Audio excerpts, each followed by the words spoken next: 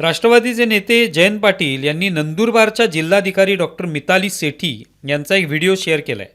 त्या व्हिडिओत असं दिसतं की जिल्हाधिकारी सेठी दाम्पत्याने आपल्या मुलांना जिल्हा परिषदेच्या शाळेत दाखला दिला आणि आता ही मुलं तिथेच शिकणार आहेत। बहुतांश पालक किंबहुना IAS अधिकाऱ्यांची मुलं मोठ्या शाळांमध्ये शिकत असल्याचं आपल्याला पाहायला मिळतं।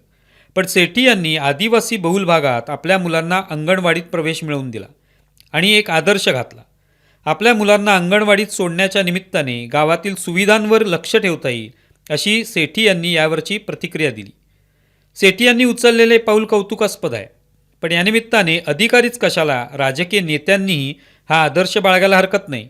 सर्वसामान्यांच्या सोबत आपल्या मुलांना शिकवणं, मातीशी नाळ जोडलेली ठेवणं हे महत्त्वाचं असतं, हे या उदाहरणातून दिसून येतं।